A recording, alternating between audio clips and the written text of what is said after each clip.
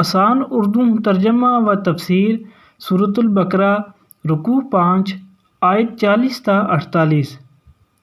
بسم اللہ الرحمن الرحیم۔ ترجمہ: اے بنی اسرائیل، ذرا خیال کرو میری اس نعمت کا جو میں نے تم کو عطا کی تھی۔ میرے ساتھ تمہارا جو عہد تھا اسے تم پورا کرو تو میرا جو عہد تمہارے ساتھ تھا اسے میں پورا کروں، اور مجھ ہی سے تم ڈرو، اور میں نے جو کتاب بھیجی ہے اس پر ایمان لاؤ۔ یہ اس کتاب کی تائید ہے جو تمہارے پاس پہلے سے موجود تھی، لہذا سب سے پہلے تم ہی اس کے منکر نہ بن جاؤ، تھوڑی قیمت پر میری آیات کو نہ بیچ ڈالو، اور میرے غضب سے بچو۔ باطل کا رنگ چڑھا کر حق کو مشتبہ نہ بناؤ، اور نہ جانتے بوجھتے حق کو چھپانے کی کوشش کرو۔ نماز قائم کرو، زکوٰۃ دو، اور جو لوگ میرے آگے جھک رہے ہیں ان کے ساتھ تم بھی جھک جاؤ۔ تم دوسروں کو تو نیکی کا راستہ اختیار کرنے کے لیے کہتے ہو، مگر اپنے آپ کو بھول جاتے ہو، حالانکہ تم کتاب کی تلاوت کرتے ہو۔ کیا تم عقل سے بالکل ہی کام نہیں لیتے؟ صبر اور نماز سے مدد لو۔ بے شک نماز ایک سخت مشکل کام ہے، مگر ان فرما بردار بندوں کے لیے مشکل نہیں ہے جو سمجھتے ہیں کہ آخر کار انہیں اپنے رب سے ملنا اور اسی کی طرف پلٹ کر جانا ہے۔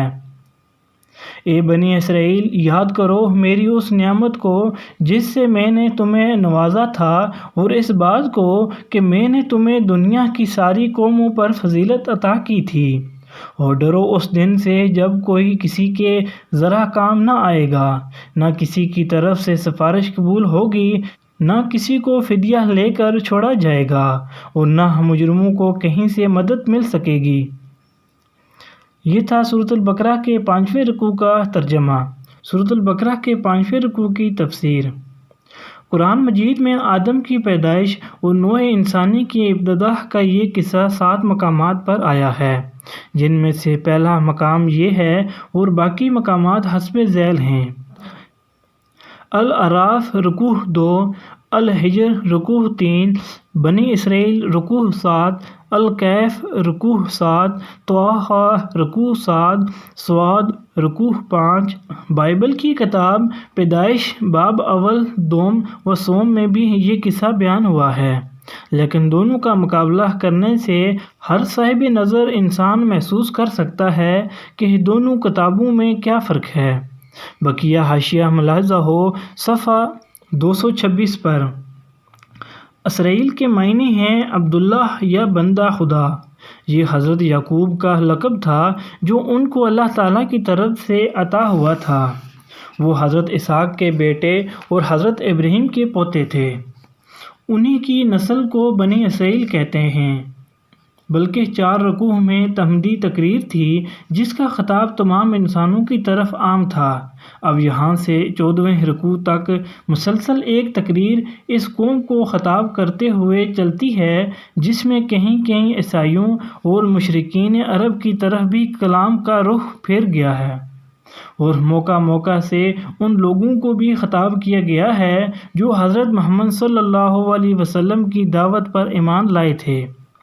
اس تقریر کے پڑھتے ہوئے حسب ذیل باتوں کو خاص طور پر پیش نظر رکھنا چاہیے۔ اولاً اس کا منشا یہ ہے کہ پچھلے پیغمبروں کی امت میں جو تھوڑے بہت لوگ بھی ایسے باقی ہیں جن میں خیر و اصلاح کا عنصر موجود ہے، انہیں اس صداقت پر ایمان لانے اور اس کام میں شریک ہونے کی دعوت دی جائے جس کے ساتھ محمد صلی اللہ علیہ وسلم اٹھائے گئے تھے۔ اس لیے ان کو بتایا جا رہا ہے کہ یہ قرآن اور یہ نبی وہی پیغام اور وہی کام لے کر آئے ہیں جو اس سے پہلے تمہارے انبیاء اور تمہارے پاس آنے والے صحیفے لائے تھے۔ پہلے یہ چیز تم کو دی گئی تھی تاکہ تم اب بھی اس پر چلو، اور دنیا کو بھی اس کی طرف بلانے اور اس پر چلانے کی کوشش کرو، مگر تم دنیا کی رہنمائی تو کیا کرتے، خود بھی اس ہدایت پر قائم نہ رہے اور بگڑتے چلے گئے۔ تمہاری تاریخ اور تمہاری قوم کی موجودہ اخلاقی و دینی حالت خود تمہارے بگاڑ پر گواہ ہے۔ اب اللہ نے وہی چیز دے کر اپنے ایک بندے کو بھیجا ہے اور وہی خدمت اس کے سپرد کی ہے۔ یہ کوئی بیگانہ اور اجنبی چیز نہیں ہے، تمہاری اپنی چیز ہے، لہذا جانتے بوجھتے حق کی مخالفت نہ کرو بلکہ اسے قبول کرو۔ جو کام تمہارے کرنے کا تھا مگر تم نے نہ کیا، اسے کرنے کے لیے جو دوسرے لوگ اٹھے ہیں ان کا ساتھ دو۔ ثانیاً، اس کا منشا عام یہودیوں پر حجت تمام کرنا اور صاف صاف ان کی دینی و اخلاقی حالت کو کھول کر رکھ دینا ہے۔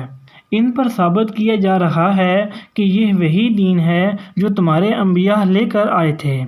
اصول دین میں سے کوئی ایک چیز بھی ایسی نہیں ہے جس میں قرآن کی تعلیم تورات کی تعلیم سے مختلف ہو۔ ان پر ثابت کیا جا رہا ہے کہ جو ہدایت تمہیں دی گئی تھی اس کی پیروی کرنے میں اور جو رہنمائی کا منصب تمہیں دیا گیا تھا اس کا حق ادا کرنے میں تم بری طرح ناکام ہوئے ہو۔ اس کے ثبوت میں ایسے واقعات سے استشہاد کیا گیا ہے جن کی تردید وہ نہ کر سکتے تھے۔ پھر جس طرح حق کو حق جاننے کے باوجود وہ اس کی مخالفت میں سازشوں، وسوسہ اندازیوں، کج بخیسوں اور مکاریوں سے کام لے رہے تھے، وہ جن ترکیبوں سے وہ کوششیں کر رہے تھے کہ کسی طرح محمد صلی اللہ علیہ وسلم کا مشن کامیاب نہ ہونے پائے، ان سب کی پردہ داری کی جا رہی ہے، جس سے یہ بات عیاں ہو جاتی ہے کہ ان کی ظاہری مذہبیت محض ایک ڈھونگ ہے جس کے نیچے دیانت اور حق پرستی کے بجائے ہٹ درمی، جاہلانہ عصبیت اور نفس پرستی کام کر رہی ہے، اور حقیقت میں وہ یہ چاہتے ہی نہیں ہیں کہ نیکی کا کوئی کام پھل پھول سکے۔